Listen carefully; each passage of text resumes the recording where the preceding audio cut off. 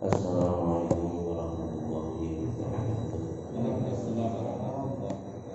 Alhamdulillah wassalatu wassalamu ala Rasulillah wa ala alihi wa sahbihi wa la hawla wa la quwwata illa billah. Subhanaka la ilma lana illa ma 'allamtana innaka antal alimul hakim. Baca Al-Fatihah, mudah-mudahan musibah bala corona segera ditarik ya Allah. Alhamdulillah. Al-Fatihah. A'udzu billahi minasy syaithanir rajim. Bismillahirrahmanirrahim. Alhamdulillahi rabbil alamin. Ar-Rahmanir Rahim. Maliki yaumiddin. Iyyaka na'budu wa iyyaka nasta'in. Ihdinas siratal mustaqim. Siratal ladzina an'amta 'alaihim ghairil maghdubi 'alaihim waladdallin.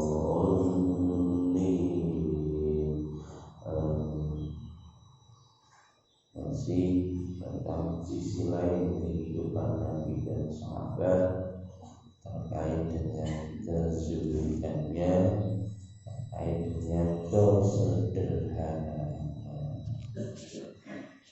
Kita lanjut hadis nomor 16. Nabi Hurairah radhiyallahu anhu qala laqad ra'aytu sab'ina min ahli sunnati fa innahum min ahli suffati ma minhum rajulun alaihi rida'un imma izarun wa imma kisa'un qad rabatu fi a'naqihim minha man yablughu nisfa as-saqain wa minha ma yablughu al-ka'bain fayajma'uhu biyadihi karahiyata an tura awratuhu. Dari Abu Hurairah radhiyallahu anhu, beliau bercerita, sesungguhnya sungguh aku telah melihat 70 orang ahli surga, semuanya tidak memiliki selendang, jadi tidak memiliki selendang yang mencukupi untuk menutup tubuh beliau. Kadang ada yang punya sarung tapi nggak punya selendang, dan juga punya selendang nggak punya sarung. Jadi wa imma izarun wa imma kisahun, ada kalanya hanya sehelai kain yang apabila diikatkan di leher mereka, maka kain itu tidak cukup sampai menutupi betisnya, jadi separuh betis, dan ada sebagian yang sampai ke mata kaki. Maka di antara kami para ahli sunnah menutupi badan-badan kami dengan tangan-tangan kami karena malu terlihat tubuhnya. Diriwayatkan oleh Imam Bukhari. Niki santrine Kanjeng Nabi mun ceritane ini. Jadi Ashabus Suffah itu pondok pesantrennya Kanjeng Nabi Muhammad sallallahu alaihi wasallam. Dulu yang nyantri hanya sekitar 70, enggak ribuan seperti sekarang pondok-pondok besar. Tapi barokahnya luar biasa. Dari 70 santri Ashabus Suffah ini luar biasa. Lahirlah generasi-generasi yang hebat. Bahkan 2/3 dunia ini takluk ke tangan para sahabat radhiyallahu anhu pada zaman Khalifah Umar bin Khattab radhiyallahu anhu. Ini ngomong murid pesantren barokah itu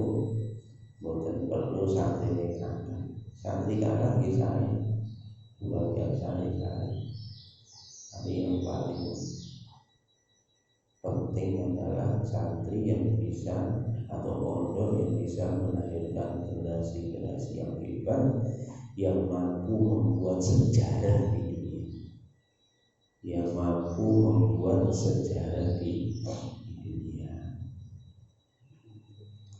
membuat perubahan-perubahan di seluruh dunia. Ini sebenarnya yang dikehendaki oleh Allah. Tidak usah khawatir.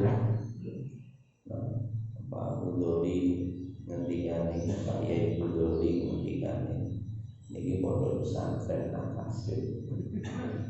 Ngendikan Pak Yai Budori, muga-muga begini pesantren sih murid kalau anda murid dari Astagfirullah, kanca sahabat kula mboten sadi anggap guru berapa. Apa yang belum saya tahu saya sampaikan aja. Mudah-mudahan majelis ini barokah. Kalau barokah, walaupun jumlahnya sedikit tapi mampu merubah dunia menjadi pelaku sejarah, bukan yang menjadi pengekor. Jadi kita ini jadi pionir, bukan jadi follower katanya begitu. Maksudnya kita jadi pionir. Untuk apa? Untuk melakukan perubahan-perubahan di seluruh dunia, bukan perubahan yang buruk, tapi perubahan yang baik. Dan kehidupan Ashabus Suffah santri Kanjeng Nabi seperti yang lalu, cerita yang lalu yang luar biasa. Dan bagaimana hubungan Kanjeng Nabi dengan santri-santrinya. Minggu lalu santrinya kelaparan, Kanjeng Nabi juga jadi wali. Santri ini lapar, terus rate warung. Sudah sampai ini. Itu Kanjeng Nabi tak menyontoh itu.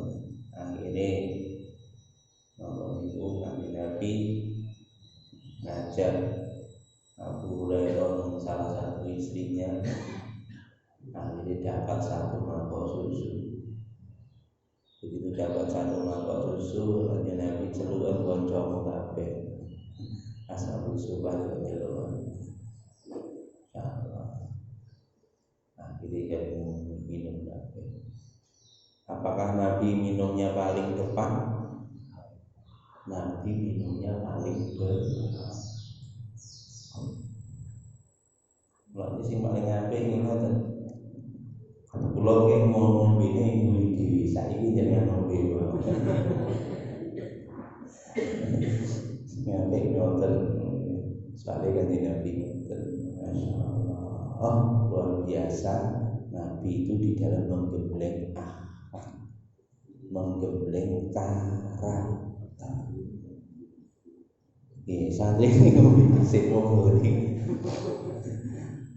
niku Nabi sampaikan di dalam hadis, "Bu'istu liutammima makarimal akhlak." Aku diutus oleh Allah untuk menyempurnakan akhlak yang mulia.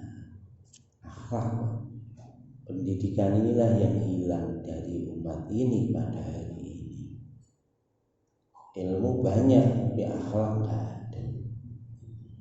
Padahal dengan karakter yang baik itulah yang akan mampu merubah dunia. Dulu di Mekah, di Madinah, mayoritas masyarakat itu adalah egois, bahkan tidak hanya egois, mentalitasnya manusia. Makanya datang ini Quran diceritakan Pak, manusia itu ulai gagal anam belum apa. Manusia itu nak boleh diopeni hati ini, manusia itu cenderung koyok bahkan lebih hina daripada binatang ternak. Kalau nanti cerita kewan niku binatang ternak itu yang kewan yang paling tinggi. Di bawahnya lagi nanti ada derajat-derajat kewan yang lebih buruk lagi. Derajat kewan tertinggi itu binatang ternak. Napa Sapi niku bapak ibu nak dengan Idul Kurban niku koncone niku dibeleh. Sampinge niku sik mangan enak Pak. Oh enak. Gak peduli niku sifate ke tanggane melarat bah-bahno. Tanggane gak mangan bah-bahno. Lah niki kelakuan ngeten niki kelakuan kaya ini menungso niku atine ngeten iki. Dan ini terjadi Pak ketoke nang negara-negara maju hebat. Niku kaya ngeten iki suasana lingkungannya. Dia gak gelem diganggu, dia juga gak mau ganggu pada orang lain. Tetapi ya seperti itu urusanmu dewe, urusanmu dewe. Niku nang negara-negara dan Jepang ini kadang-kadang mengapa permen rumah susun begini dewi. Cukup loro niku mati, niku wis seminggu. Ora nek wong loro tiba-tiba pun napa ditelepon pemadam kebakaran, akhirnya dievakuasi kali. Itu manusia artinya nang boten diopeni derajate kaya binatang ternak. Ada derajat lebih rendah dari binatang ternak.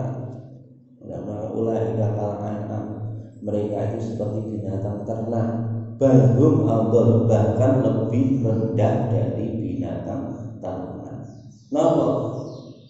Derajat di bawahnya binatang ternak ketika para alim niku derajat predator.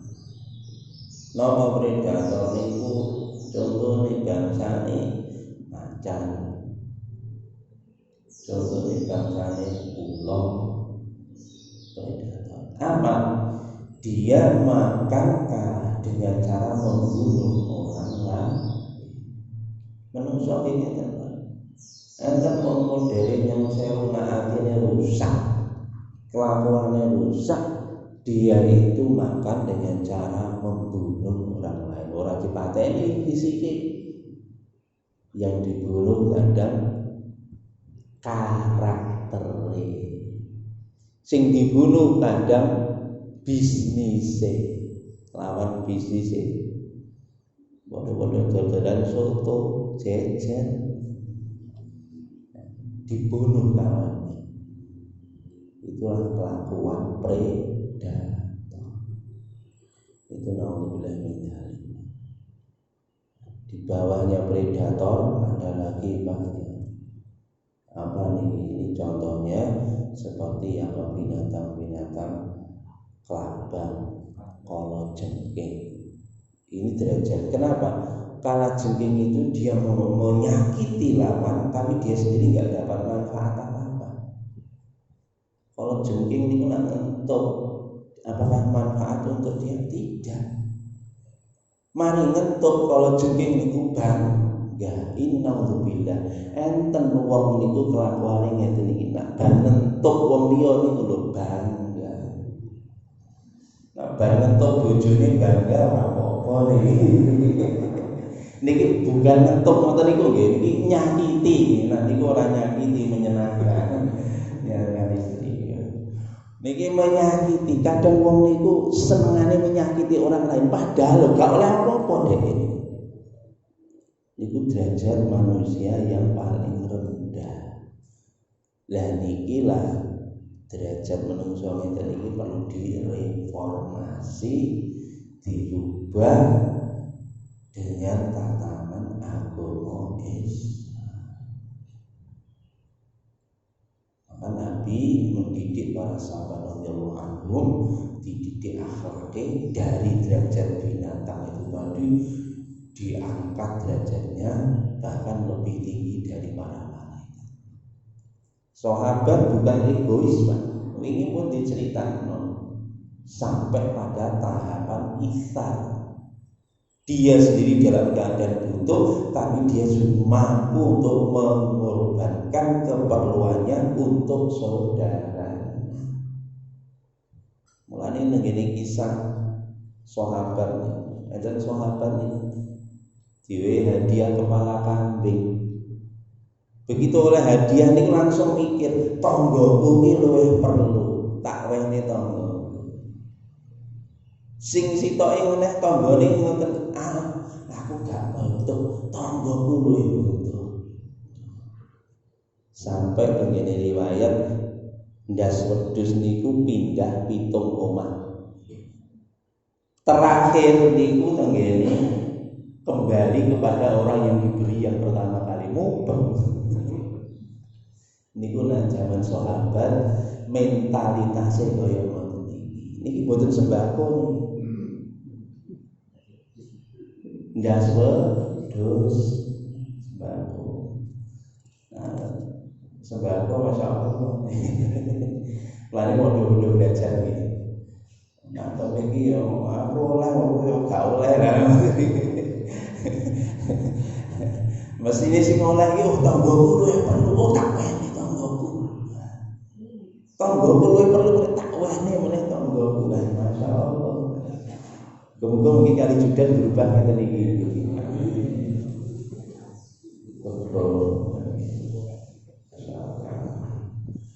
Mulane inilah Nabi itu merubah, menjadikan manusia menjadi betul-betul sebagai manusia. Dengan perubahan karakter inilah umat Islam itu diberi kemenangan oleh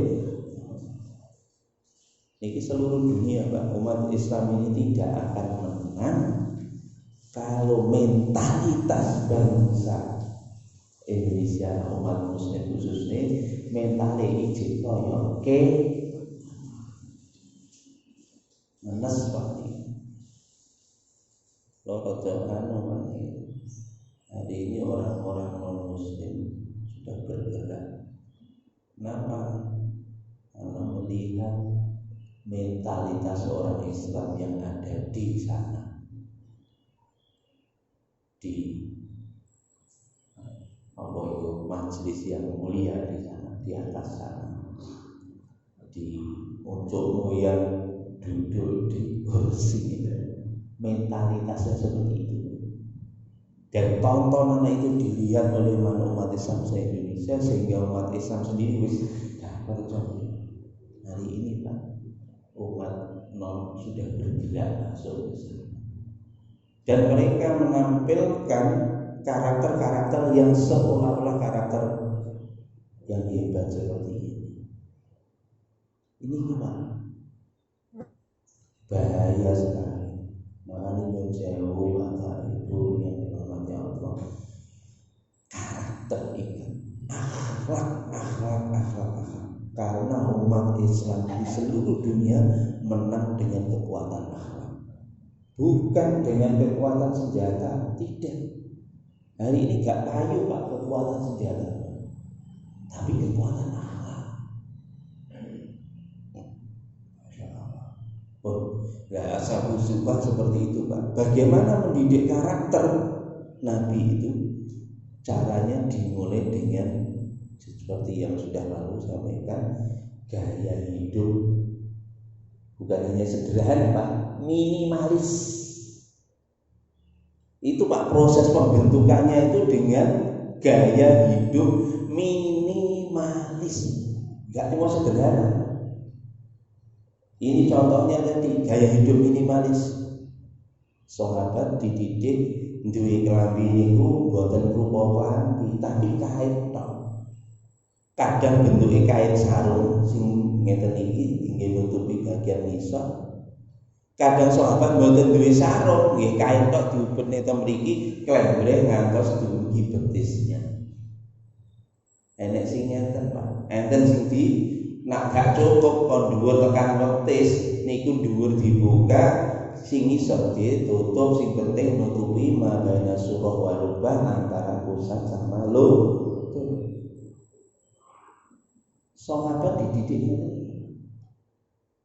Makanya termasuk kita Bapak kalau mendidik anak-anak, maaf ya, Jangan dididik dengan gaya hidup mewah. Hancurlah generasi ini. Masih konsogi. Karena Nabi sudah bersabda di dalam hadis, "Idza adawat ummatid dunya nuzi'at minha haibatul Islam." Apabila umatku sudah mengagung-agungkan dunia, maka dicopot daripadanya kehebatan Islam. Wong Islam iki Pak, mulai cilik nak dididik dengan gaya hidup mewah, siap-siap. Tinggallah satu langkah, satu generasi, hancur. Kalau betul-betul ini soalnya sudah terbukti di seluruh dunia. Bermula dari situ. Mulanya hati-hati. Nabi mendidik dengan cara seperti ini, Bapak. Makanya kita ajari kepada anak-anak kita makan sederhana. Iya Pak, saya loh makan saya sederhana di warung perapatan Kota Jaya itu sederhana katanya. Wah, buyar itu rasa sederhana jenenge iku. Aduh. Itu gaya hidup sederhana, makan sederhana. Kadang-kadang bahkan Abu Hurairah itu telah. Enggak hanya itu, Nabi mencontohkan kepada keluarganya seperti itu.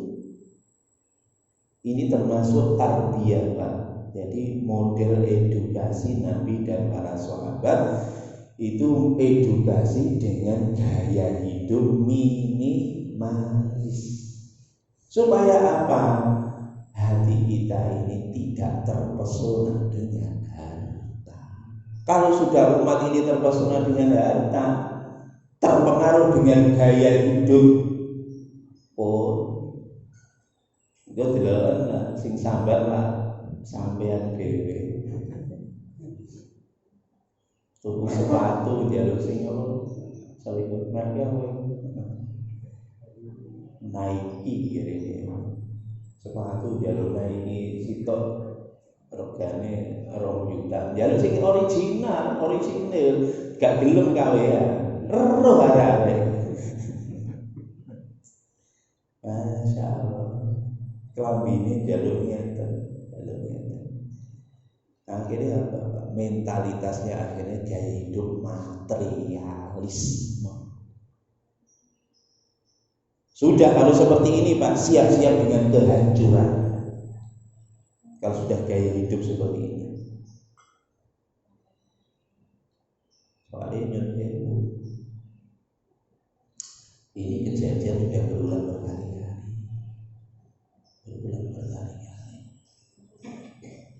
Ini India ini dulu umat Islam berkuasa di tahun sekitar tahun 1600-an atau 1300-an. Jadi umat Islam di India berkuasa, pemerintah menguasai dalam pemerintahan.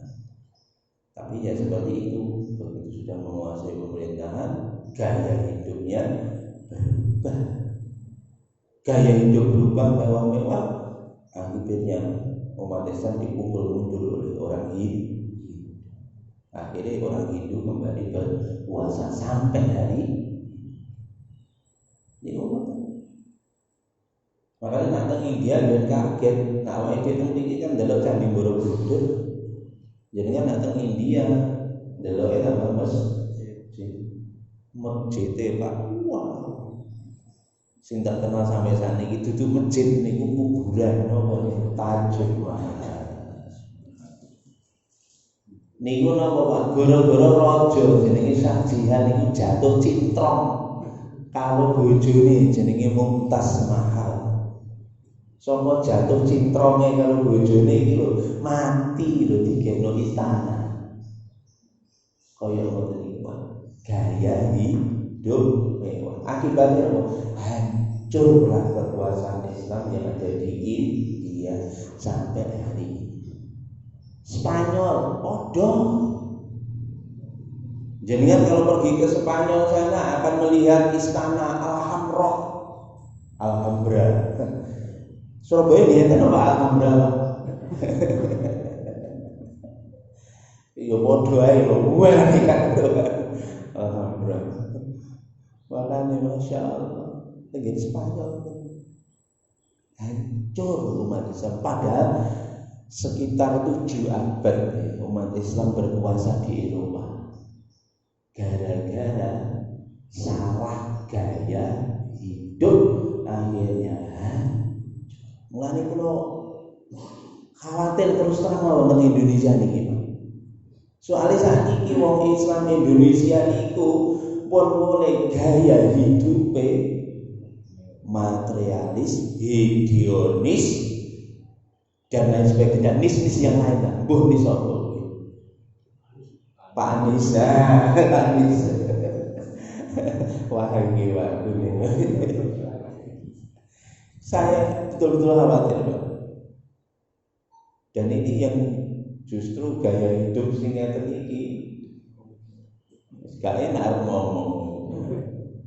Justru tokoh-tokoh agama ini dan ini sing bahaya, menampilkan, mendemonstrasikan pola-pola kehidupan seperti itu. Bahkan mereka merasa bangga dengan aksesoris-aksesoris mewah seperti itu. Orang kalau merasa bangga dengan bajunya, siap-siaplah dihinakan oleh Allah.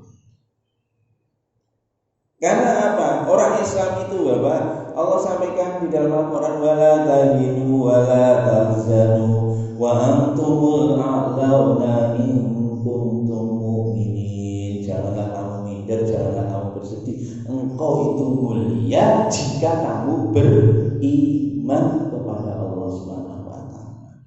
Kita jangan merasa mulia dengan pakaian. Jangan perlu merasa mulia dengan mobil. Jangan merasa mulia dengan rumah, jangan merasa mulia dengan istri. Tapi merasa mulia kalau kita memiliki iman.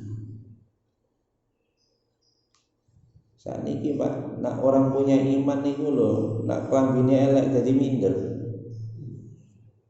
Ya, tak pede. Mulane nek ahli sufi riyen Pak. Ini zaman terakhir ini cerita di Turki Utsmani sama Pak. Turki Utsmani itu hancur, dinasti di Turki sana itu hancur juga karena gaya hidup. Waktu itu ada orang yang menegur seorang raja, penguasa atau khalifah di Turki pada waktu itu. Atau ketika ada raja, dia lagi mengadakan pesta pernikahan. Ada orang Pak, ini orang ulama. Dia itu macak jembel, macak kere. Begitu macak kere, moro lagi tekan gerbang acara pernikahan itu wis diusir. Jembel kere klambine elek, rowak-rawek, sandali jepit sisian bisa. Teko ning gone pesta yang mewah itu, Pak, langsung diusir. Kamu tidak layak masuk di tempat yang seperti ini. Kira-kira ning kene ya ngono kuwi wae. Selas-selas. Ngene-ngene iki paling gak nggawa buah. Ngentek-ngenteki panganan. Akibatnya napa Bapak? Ini ki ulama sing macak niku. Akhirnya mulai Pak. Begitu mulai Pak, salin Pak, kelambi leks mewah. Gila sepatu nih, gila kelambi nih mewah, melebu nih. Langsung ngomong, padahal orangnya sama. Begitu mau ngomong lebu Pak, begitu mau ngomong lebu, begitu lebu akhirnya Pak, panganan sing tok niku disai. Rawon disai. Soto digrujuk ning klambine. Akhire napa, Pak? Tuan rumah kaget. Loh, iki wong kok gak dipangan kabeh? Iya, karena yang lebih berhak pakaian saya, bukan diri saya. Soalnya apa? Ketika pakaian saya jelek masuk sini gak diterima, berarti ini rezekine pakaianku, dudu rezekine awakku. Oh, waduh, kamu siapa? Ya inilah, akhirnya ditegur, Pak. Penguasa tadi ditegur, kamu mestinya memperlakukan orang bukan seperti itu. Muliakan orang itu bukan karena pakaiannya, tapi muliakan orang karena orangnya. Orang beriman, Bapak, dibandingkan raja-raja seluruh dunia yang kafir, maka masih mahal satu orang yang beriman kepada Allah. Soalnya apa? Satu orang yang ada di dalam hatinya kalimat la ilaha illallah lebih mahal dari dunia seisinya. Karena di dalam hadis diterangkan, kalau dunia dan seluruh dunia ini tidak ada yang mengucapkan Allah, Allah, Allah, dunianya akan dikiamatkan oleh wong kafir sak donya niku nunut urip karo wong beriman. Maka Mas Indonesia itu mestinya dimuliakan bukan karena pakaiannya, tapi dimuliakan karena imannya. Wala tahinu wala tahzanu wa antumul a'launa in kuntum mu'minin. Nabi itu mengajari sahabat seperti itu.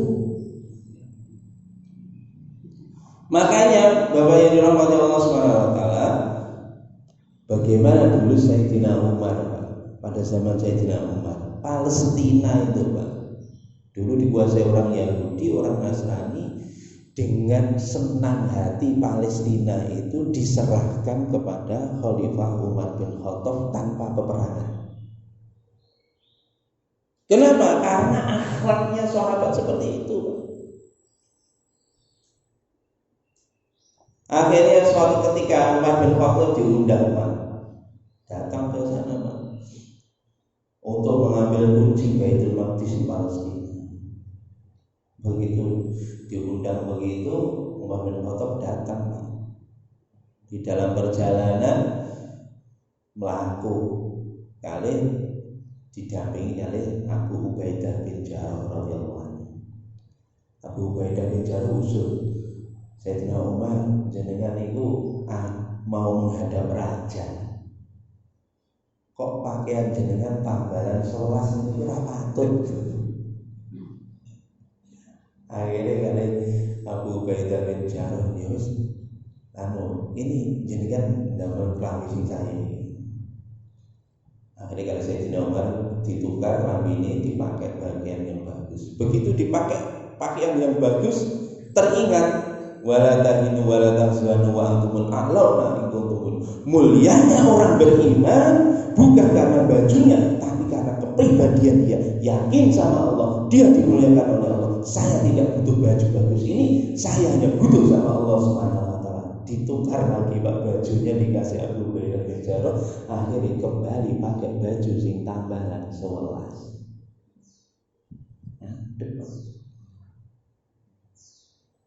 Akhirnya, Pak, niki Raja Palestina ini paham, Pak. Sahabat ini dites. Soal Sayyidina Umar niki dites oleh sahabat. Kali raja-raja pada waktu itu adalah dikuasai oleh orang Yahudi di Palestina. Di perbatasan kota niku sahabat jare Sayyidina Umar niku istirahat, ngetepno tenda sebelum masuk ke kota. Begitu istirahat pada waktu itu sholat Jumat. Niku ada satu tenda besar. Tenda besar itu digunakan untuk sholat Jumat. Dan ini, Pak, ada tenda-tenda kecil yang lain, tendanya sahabat. Nah, sing tenda segede tinggi sholat Jumat.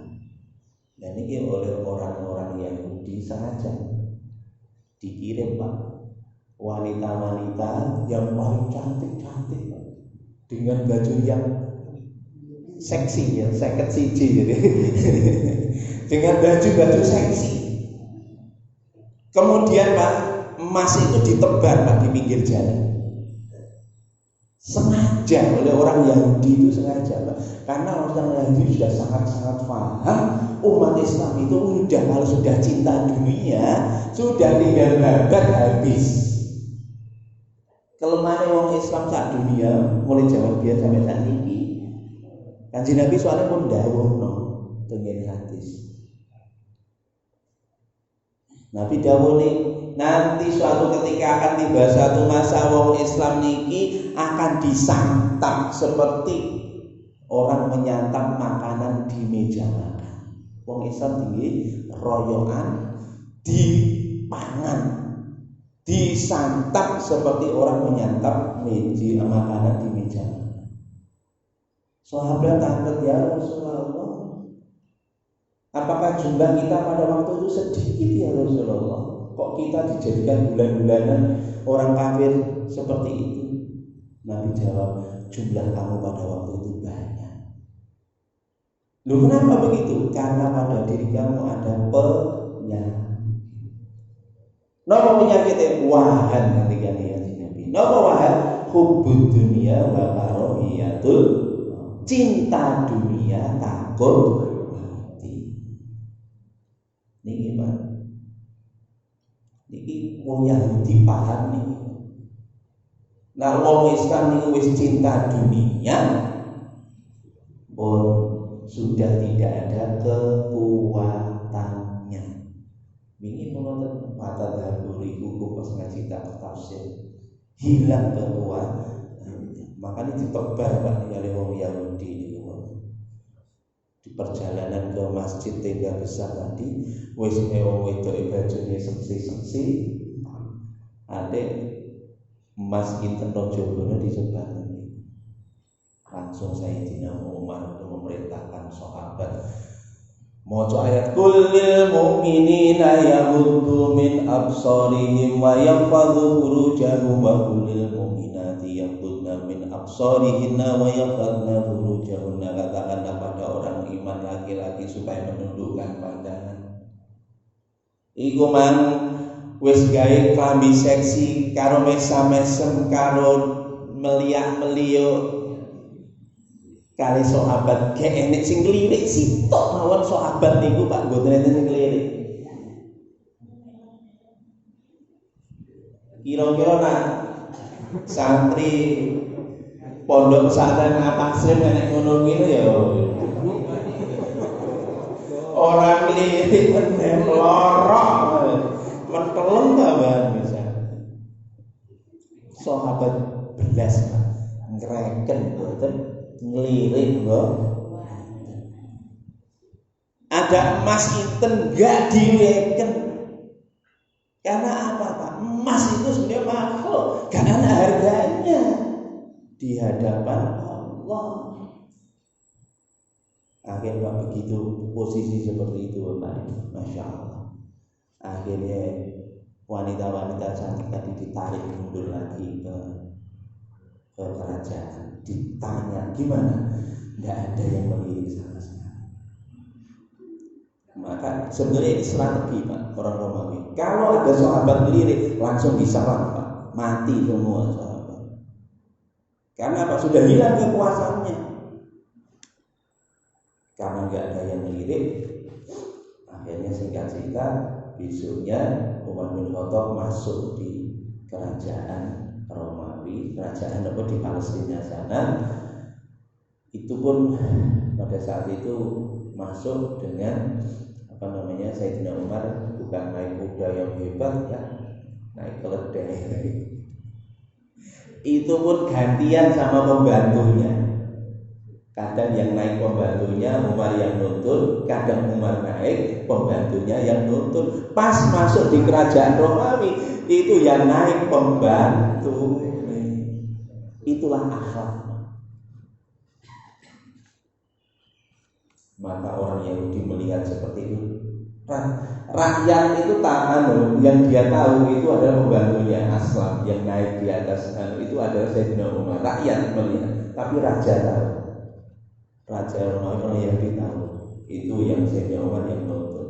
Maka yang dihormati Sayyidina Umar bin Khattab radhiyallahu langsung setelah itu kunci Baitul Maqdis diserahkan kepada Umar bin Khattab radhiyallahu anhu.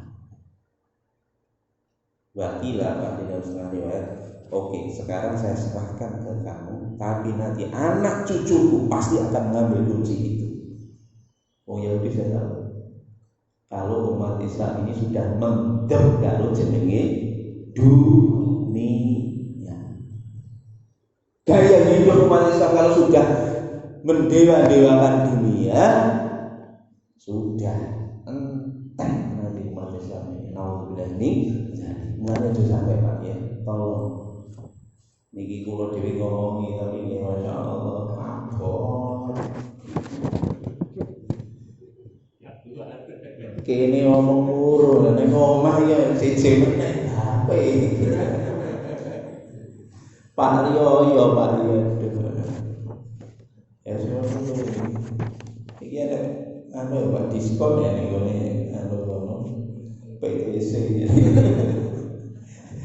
Waduh, iki brandnya sip iki diskon bisa. Wah.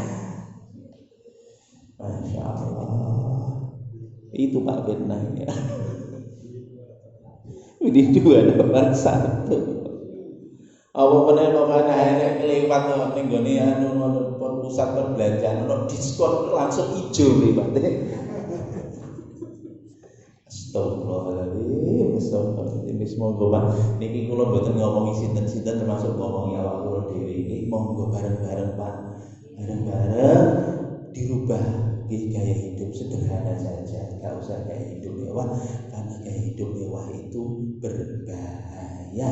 Umat Islam ini akan mudah dihancurkan, dikalahkan oleh umat lain. Sejarah telah membuktikan, Nabi sudah memperingatkan nanti umatnya akan jadi santapan oleh orang-orang kafir, kanan kiri depan belakang Pak.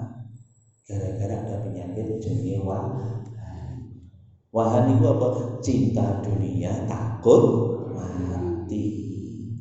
Tiba-tiba Pak niki Pak.